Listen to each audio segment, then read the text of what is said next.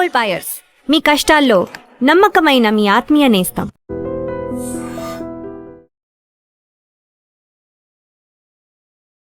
IDream media ప్రేక్షకులందరికీ స్వాగతం, సుస్వాగతం. సో భారతీ రాజా గారు ఒక సినిమాటిక్ లెజెండ్ని ఈరోజు మనం దూరం చేసుకున్నాం. భౌతికంగా ఆయన దూరమైన ఆయన సినిమాకి అందించిన కృషి, ఆ సినిమా గ్రామర్ని కానీ, ఆ మాస్టర్ పీసెస్ని కానీ మనం ఎప్పటికీ మర్చిపోలేం. ఈరోజు రంగస్థలం కానీ, మొన్న వచ్చిన పెద్ది కానీ, ఇలాంటి గ్రామీణ నేపథ్య సినిమాలని వాటికి రూట్స్ ఆయన నుండే మొదలైనవి. ఈరోజు ప్రతి ఒక్కరూ అలాంటి సినిమాలు చూస్తున్నప్పుడు ఆయన ఒకసారి గుర్తు తెచ్చుకోవాలన్నమాట. సో మనతో పాటు director and producer Tammareddy Bharadwaj గారు ఉన్నారు. ఆయనకి సన్నిహితులు.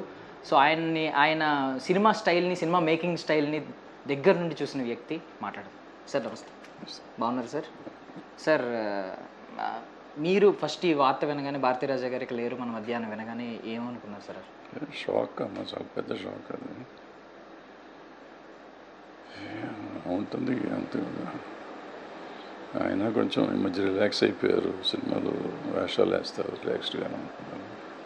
బట్ గ్రేట్ లెజెండ్ ఆయన సినిమా, ఇండియన్ సినిమాకే ఒక కొత్త రంగు ఇచ్చారు. అలాంటి ఆయన పోవటం డెఫినెట్గా షాక్ అవుతుంది. అంటే ఇప్పుడు 6 జాతీయ అవార్డులు గెలుచుకున్నారు సార్. నంది అవార్డు కానీ, మన తెలుగులో స్ట్రైట్కి వచ్చినప్పుడు ఫిలింఫేర్ అవార్డ్స్ కానీ, తమిళనాడు స్టేట్ అవార్డ్స్ కానీ, ఇవన్నీ కూడా ఆయన చేసిన కృషికి, ఆ సేవలకి సరిపోదు, దాదాసాహెబ్ ఫాల్కే అవార్డు కావాలి అన్నట్టు మీరు ఎప్పుడు ఆయన వైపు ఎప్పుడు పాజిటివ్గా ఉండేవారు. మీరేమంటారు సార్? సరైన నివాళి ఆయనకు అర్పించామని అంటారా? ఇక్కడ సరైన నివాళులు ఎక్కడ వస్తున్నాయి, అవన్నీ మనం పట్టించుకోకూడదు. ఈ అవార్డుల కంటే ఇప్పుడు ఆయన అచీవ్ చేసిన దాని మీద ఈ అవార్డులను చాలా చిన్నవి. ఎందుకంటే ఆయన ఇండస్ట్రీకి ఇచ్చిన దానికంటే కంపేర్ చేసుకుంటే ఆయనకు జనం కూడా అంతే ఇచ్చారు. ప్రజలు ఆయన ఎంత మ్యాక్సిమం ఇండస్ట్రీకి మార్పులు తీసుకొచ్చారో, ఎంత మంచి చేశారో అంత నీరాజనాలు ప్రజలు పెట్టారు. ఇప్పుడు ఈ గవర్నమెంట్లు ఇచ్చినాయా, ఇవ్వలేదా, ఇస్తాయా, ఇవన్నీ అనవసరం. సో దాని మీద పెద్ద ఇష్యూ కాదు. ఇచ్చుంటే బాగుండేది, 100% ఆయనకి ఇస్తే బాగుండేది. అర్హుడు ఆయన 100% అర్హుడు, ఆయనకి ఇవ్వలేదు అంతే. అంటే లాస్ట్ ఇయర్ వాళ్ళ అబ్బాయి చనిపోయారు కదా సార్, మనోజ్. సో అది కొంచెం పెద్ద ఎఫెక్ట్ అయింది సార్ ఆయనకి. అవును.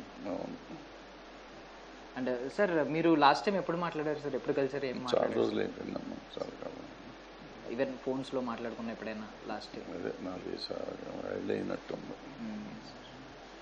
సార్. యాక్చువల్లీ మీరు అప్పుడు మద్రాస్ క్లబ్స్లో కానీ, లేదంటే మన ఫిల్మ్ నగర్ ఇక్కడ కానీ, ఈవెన్ ఆయన తెలుగు స్ట్రైట్ సినిమాలు చేస్తున్నప్పుడు కూడా మీరు చాలా సపోర్ట్ సిస్టమ్లా ఉండేవారు ఇక్కడ. అంటే ఆయనకి నాకు ఎక్కడంటే దగ్గర ఒక 2 నెలలు మనం కలిసి ఉన్నాం. అక్కడ మెడ్రాస్లో స్ట్రైక్ అయింది. ఇది సినిమాలు పడప్పాళ్ళి తొழிలాలి అని చెప్పి ఒక స్ట్రైక్ అయింది.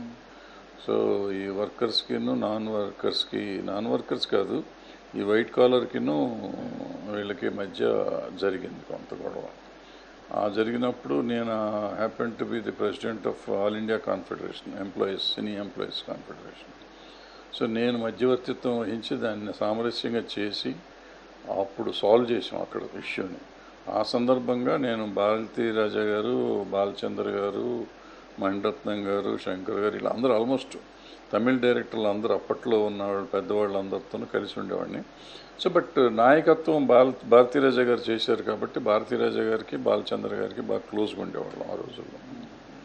అండ్ మీ భావజాలాలు కూడా చాలా సిమిలర్గా ఉంటాయి సార్. బికాజ్ ఆయన సినిమాలు అన్నింటిలో కూడా ఈ పేదరికాన్ని కానీ, కుల వ్యవస్థని కానీ ప్రశ్నించే విధంగా ఉంటాయి. ఇవి లెఫ్ట్ భావజాలాలు ఇద్దరివి ఒకలా ఉంటాయి. అది కూడా కారణమా సార్ మీరిద్దరు? అదేం లేదు, ఆయన టెక్నాలజీకి నేను పడిపోయాను. ఆయన టెక్నికల్గా ఎక్కడ విలేజ్ నుంచి వచ్చి ఆయన ఇళయరాజా గారు కలిసి వచ్చారు. వాళ్ళిద్దరూ అసలు మొత్తం భారతదేశ సినిమానే ఒక ఊపారు వాళ్ళు. అంటే ఈయన మ్యూజిక్లో మార్పులు చేశాడు, ఆయన షార్ట్ కటింగ్లో మార్పులు చేశారు, అసలు ప్రజెంటేషన్ ఆఫ్ ద ఫిలిం మార్పులు చేశారు. ఆయన విలేజ్ని ఎలా చూపించాలో ఆయన చూపించాడు. ఇవే విలేజ్ అనుకుంటుంటే సిగప్ రోజాగాడు తెలుగులో ఎర్రగులాబీలు తీశారు. అసలు స్టైలిష్ సినిమా ఎలా తీయాలి అనేది ఆయన చూపించారు. సో ఆయనకు ఒకటిగా చెప్పుకుంటూ పోతే ఆయన ఎన్నో అచీవ్మెంట్స్ ఉన్నాయి. అవన్నీ ఇవాళ మనకి మార్క్ అయిపోయింది. అది దాన్ని కొలమానంగా తీసుకుని సినిమాలు తీయాల్సిన పరిస్థితి ఉంది. సో అంత గ్రేట్ టెక్నీషియన్ ఆయన. అంటే కొన్ని విన్నవే అడుగుతున్నాను సార్. ఫస్ట్ సినిమా 'పతినారు వైతనిలే' సినిమాకి ఆయన అప్పటిదాకా ఏసీ స్టూడియోలో జరిగేది షూటింగ్. ఫస్ట్ టైమ్ ఒక వ్యక్తి ఔట్‌డోర్ షూటింగ్ అనే టర్మ్‌ని ఇంట్రొడ్యూస్ చేశాడు. అంటే ఎక్కువగా ఔట్‌డోర్ షూటింగ్‌లకి అలవాటు అంటే పడి ఏసీ స్టూడియోలు అసలు అప్పుడు లేవు, మామూలు మామూలు స్టూడియోలో సార్. జరిగాయి. Sir. Outdoor full length outdoor cinema తీశాడు ఆయన, ఫస్ట్ తీశాడు. అప్పుడు ఏమన్నా ఇండస్ట్రీ కొంచెం అది పిచ్చి పనిగా ఏమన్నా భావించిందా సార్? లేదు ఆ అటెంప్ట్‌ని లేదు అంటే గౌరవించిందా? బ్రహ్మాండం గౌరవించింది, సూపర్ హిట్ అయింది కదా. హ్మ్. ఆయన తీశారు అదే టైంలో. నేను అనుకోవటం ఓ, శ్రీధర్ గారు కూడా తీశారు రెండు సినిమా, శివాజీ గణేష్ని పెట్టి తీశారు రెండు సినిమా చేశారు. అవుట్డోర్ అంటే టోటల్ ఫుల్ లెంత్ అవుట్డోర్ చేసింది ఈయనే. ఫుల్ అసలు సినిమాలో ఏ షాటు దీంట్లోకి వెళ్ళాలి, స్టూడియోలోకి వెళ్ళకుండా తీసింది ఆయన. అండ్ హీరోయిన్స్ విషయంలో సార్ అంటే మొత్తం ఇప్పుడు అందంగా చూపించాలని అనుకుంటారు. ఆయన మొత్తం న్యాచురల్‌గా చూపించేవారు. డస్కీ స్కిన్ చూపించడం. ఒకవేళ ఈ సోషల్ మీడియాలో అలా చూపించుంటే ఆయన మీద ట్రోల్స్ వచ్చేవంటారా సార్? ఏమనేవారు? ఎందుకు వస్తాయి, బ్రహ్మాండంగా ఇప్పుడు వాళ్ళు ఆయన తీసుకొచ్చిన వాళ్ళందరూ సూపర్ స్టార్సే కదా. ఆయన శ్రీదేవి గారు, ఆ, రాధ, రాధిక గారు. రాధిక, ఇట్లా ఎవరిని తీసుకొచ్చినా సూపర్ స్టార్స్ అయ్యారు వాళ్ళంతా. వాళ్ళు అసలు సౌత్లో ఒక ఊపు ఊపినారు వీళ్ళు ముగ్గురు. ఈ రాధిక్ గారు ఇప్పటికీ ఇంకా అట్లాగే ఉన్నారు. నిన్నగాక మొన్న కూడా ఒక సినిమా సూపర్ హిట్ ఇచ్చారు. అంటే ఇది ఈ రేవతి రేవతి గారు. ఈ ఆర్ అనేది కూడా కొంచెం ఎక్కువగా ఆర్ అనే అక్షరంతో ఉన్న హీరోయిన్స్ ని ఇంట్రొడ్యూస్ చేశారని కూడా ఒకటి. శ్రీదేవి ఉంది కదా, శ్రీదేవి చేస్తా కదా మరి. సో అంటే ఇలాంటి చాలా ప్రయోగాల గురించి ఇలాంటివి విన్నాం సార్. అంటే ఇప్పుడు సీతాకోక చిలుక విజయశాంతిని కూడా ఆయన పరిచయం చేశారు యాక్చువల్గా. విజయశాంతి, ముచ్చర్ల అరుణ, వీళ్ళందరినీ ఆయనే పరిచయం చేశారు. సార్ స్ట్రైట్ తెలుగు ఒక తమిళ వ్యక్తి తెలుగు ఇండస్ట్రీలోకి వచ్చి ఒక సంచలనం సృష్టించారు. సీతాకోక చిలుక సినిమా వచ్చినప్పుడు నంది అవార్డు వచ్చింది, నేషనల్ అవార్డు వచ్చింది. అప్పుడు ఏమనుకున్నారు సార్ ఇక్కడ వాళ్ళందరూ ఆయన గురించి? అప్పట్లో అసలు ఇవన్నీ అనుకోవటాలు లేవు. వస్తే అద్భుతంగా అంత బ్రహ్మాండంగా తీశారు. ఆ రోజుల్లో ఆల్మోస్ట్ తెలుగు సినిమా ఆఫీసులు అన్నిట్లోనూ సీతాకోక చిలుక పాటలే మోగుతూ ఉండేవి. వాళ్ళు సొంతంగా సినిమాలు తీస్తున్న వాళ్ళ సినిమా పాటలు ఉండేవి కదా ఆఫీసుల్లో, సీతాకోక చిలుక పాటలు ఉండేవి. సో విజువల్స్ వచ్చేటప్పుడు సీతాకోక చిలుక అసలు స్టన్నింగ్ విజువల్స్ ఆ రోజుల్లో. సో అవి చూసి అసలు మచ్చి అడగొట్టుకుని ఉండే పరిస్థితి ఉండేది. సో ఇవాళ వాడికి ఏమొచ్చు, మేము ఇంతకంటే ఎక్కువ తీస్తాం, ఈ టైప్లో డైలాగులు కూడా ఉండేవి కాదు. సో బాగా గౌరవించేవాళ్ళం, ఒక స్కిల్ని కానీ లేకపోతే వాళ్ళ టాలెంట్ని గౌరవించే పరిస్థితులు ఉండేవి అప్పుడు. సో దాన్ని చూసి ఏదో మనం ఈర్ష్యపడతామో లేకపోతే బాధపడతామో అటువంటివి ఉండేవి కాదు అసలు. సో బేసికలీ ఇప్పుడు అందరూ భారతీరాజా గారిని అంటే ఒక సినిమాటిక్ లెజెండ్గా మాకు తెలుసు. బట్ మీకు ఆయన ఒరిజినల్ తెలుసు, అంటే చిన్నస్వామి ఎలా ఉంటారు అనేది కూడా తెలుసు. ఆయన గురించి ఈ సినిమాటిక్ లెజెండ్ ఇవన్నీ పక్కన పెడితే ఆయన గురించి, ఆయన వ్యక్తిత్వం గురించి మనిషి చాలా మంచోడు, హెల్పింగ్ నేచర్, బాగా మానవతావాది. మానవతావాది అంటే ఆటోమేటిక్గా అందరూ మంచివాళ్ళే ఉంటారు కదా. చాలా మంచి వ్యక్తి ఆయన. మనం బాగుండాలి, మనతో పాటు అందరూ బాగుండాలి అనుకునే మనిషి. వీలైతే అందరినీ ఎడ్యుకేట్ చేద్దాం అనుకునే మనిషి, అంతే తప్ప నాకు వచ్చింది ఇంకెవరికి తెలియకూడదు అనే రహస్యాలు అటువంటి ఎంత బెస్ట్ చేయాలో అంత బెస్ట్ చేసేవాడు.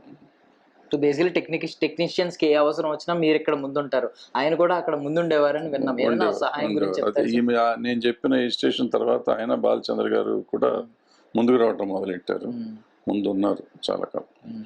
అండ్ ఇప్పుడు ఆ సీతాకోక చిలుక టైంలో ఒక హిందూ, క్రిస్టియన్, అసలు ఆ రోజుల్లోనే అలాంటి ఒక క్రియేటివ్ ఆలోచన ఎటు విలేజ్ బ్యాక్ డ్రాప్ లో ఒక సిటీలో అయితే అనుకోవచ్చు సార్. ఆయన శిష్యుడు మణిరత్నం గారు కూడా అదే స్టైల్ తర్వాత తీసి ఆయన కూడా మంచి లెజెండ్ అయ్యారు. సో ఆ రోజుల్లో దాని గురించి ఏమైనా చర్చ నడిచిందా సార్? ఏంటి హిందూ క్రిస్టియన్ అదేం లేదు, అప్పుడు మేము చాలా తీసారు అంత. ఎప్పుడో మిశ్రమ చేశారు కదా హిందూ క్రిస్టియన్. సో ఇవన్నీ మనకి అప్పటి నుంచి అటువంటి ఎక్స్పెరిమెంట్ చేసేవారు. బట్ ఆయన చేసిన ప్రజెంటేషన్ విధానం మాత్రం అద్భుతం, అసలు అద్భుతమైన విజువల్స్ కానీ లేకపోతే ఆయన ఆలోచించిన విధానం కానీ సాంగ్స్ కట్టింగ్ కానీ అసలు ఆయన ఒక స్టైల్, కొత్త స్టైల్ని తీసుకొచ్చాడు ఆయన. ఆ స్టైలే తమిళనాడు ఒక మలుపు మలిపోయింది. ఆ తర్వాత మణిరత్నం గారు, శంకర్ గారు వాళ్ళు వచ్చారు అనుకోండి. సో ఇప్పుడు ఆయన లైఫ్ నుంచి లైఫ్ లెసన్, ఒక బిగ్గెస్ట్ లైఫ్ లెసన్ నేర్చుకోవాలంటే ఏం నేర్చుకోవాలంటారు? ఏం లేదు, మనం కొత్తగా ఆలోచించడమే.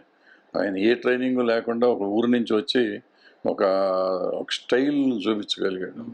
ఇప్పుడు రాఘవేంద్ర గారు తెలుగులో చేసినట్టు కాకుండా తెలుగులో ఈయన చేశారు, ఈయన లావిష్ ప్రొడక్షన్స్ చేశారు, కానీ ఆయన పెద్ద బడ్జెట్లోనే అన్ని బడ్జెట్లో తీసుకుంటూ అసలు మతి చెడిపోయే విజువల్స్ ఇస్తూ మతి చెడిపోయే స్క్రిప్ట్లు ఇచ్చాడు ఆయన. ఆయనకి ఈయనకి తేడా. అంటే ఇప్పుడు ఇన్ని అవార్డులు ఉన్నాయి కదా సార్, ఆయన ఎప్పుడన్నా మీతో పంచుకున్నారు అంటే నాకు బాగా ప్రత్యేకమైన అవార్డు ఇది అని చెప్పి? బికాస్ రకరకాల కేటగిరీలు వచ్చినాయి, నేషనల్ అవార్డ్స్ కూడా. అంత చనువు కూడా లేదు, మాట్లాడేవాళ్ళం. ఇప్పుడు ఆ స్ట్రైక్లో కలిసాం కదా, ఆ గౌరవం నాకు ఇచ్చేవాడు, నేను ఆయనకి గౌరవం ఇచ్చేవాడు. ఈయన ఇంటిమేట్గా అంటే మాట్లాడి ఇప్పుడు ఒక శకం ముగిసింది అని అనుకోవాలా సార్? డెఫినెట్గా శకం ముగిసింది. సో మీరు అంటే మామూలుగా ఎవరైనా ఒకవేళ మీ మాటలకి నిజంగా మీ మాటలు చాలా ఇంపాక్ట్ఫుల్గా ఉంటాయి కాబట్టి, ఓపెన్గా మాట్లాడతారు కాబట్టి, ఆయనకి సరైన నివాళి ఎలా అర్పించాలి? మన తెలుగు వాళ్ళు కావచ్చు, ఈవెన్ తమిళ వాళ్ళు హత్తుకున్నంత మనం హత్తుకోలేదు అనే అభిప్రాయం కూడా కొంతమందికి ఉంది. ఆయన తమిళ తెలుగు అనేది లేదు, అనవసరం. తెలుగు తమిళ అని మనం ఇప్పుడు కొత్తగా ఆపాదించక్కర్లేదు. ఆయన ఇండియన్ సినిమాకి ఆయన కొత్త వరవడు సృష్టించాడు. మనం కూడా ఇప్పుడు తెలుగు, తమిళ, అరవం, హిందీ అనుకోకుండా మనం కూడా అట్లాగే చూపిస్తున్నాం. సో మనం అట్లాగే ముందుకు వెళ్తున్నాం.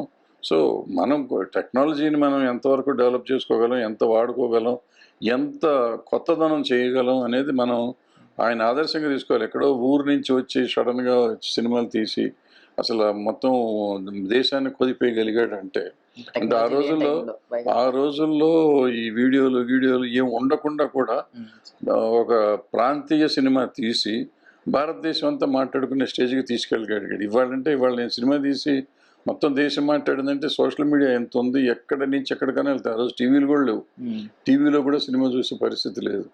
అలాంటి ఆయన వచ్చి మొత్తం అంతా అసలు భారతీ రాజా అంట బ్రహ్మాండంగా తీస్తున్నాడంట అని ఆ ప్రింట్లు తెప్పించుకొని ఊరు రాష్ట్రం చూసి ప్రతి లాంగ్వేజ్ వాళ్ళు చూసి ఆయనలాగా చేద్దామని నేర్చుకున్నారు చూడండి. అది ఆయన అచీవ్మెంట్. ఇప్పుడేముంది, ఇప్పుడు మనం ఎక్కడ పెడితే అక్కడ దొరుకుతాయి. ఇంగ్లీష్ సినిమాలు దొరుకుతాయి, తెలుగు సినిమాలు దొరుకుతాయి, అన్ని సినిమాలు దొరుకుతాయి. సో అది ఏమి దొరకని రోజుల్లో చేసిందే. సో ఇప్పుడు దొరికే రోజుల్లో ఇది చాలా ఎక్కువ చేయొచ్చు. మన వాళ్ళంతా అట్లాగే అందరూ ఆయనలా గొప్పవాళ్ళు అవ్వాలని కోరుకుందాం మనం. Thank you sir, thank you so much మీ విలువైన సమయాన్ని ఇచ్చినందుకు. And for more videos, Please subscribe to iDream. Please subscribe to iDream. Please subscribe iDream. And please subscribe to iDream. For more videos, subscribe to iDream. please like, share and subscribe to the channel. Congratulations, iDream. Subscribe to iDream. Subscribe to iDream. So subscribe to iDream Media. iDream team andarki huge congratulations. Please subscribe iDream Media. Please subscribe to iDream. Subscribe iDream. Please subscribe to iDream. iDream అంటే నా కళల channel subscribe చేసుకున్న నోరు తిరుగుతలేదు, మీరైతే గంట గుర్తు కొట్టండి. For more such videos, please subscribe to iDream. Subscribe to iDream. Please subscribe to iDream. Please subscribe iDream Media. Please do subscribe to iDream. Please subscribe to iDream Media. For best entertainment and information, please subscribe iDream. And don't forget to subscribe to iDream.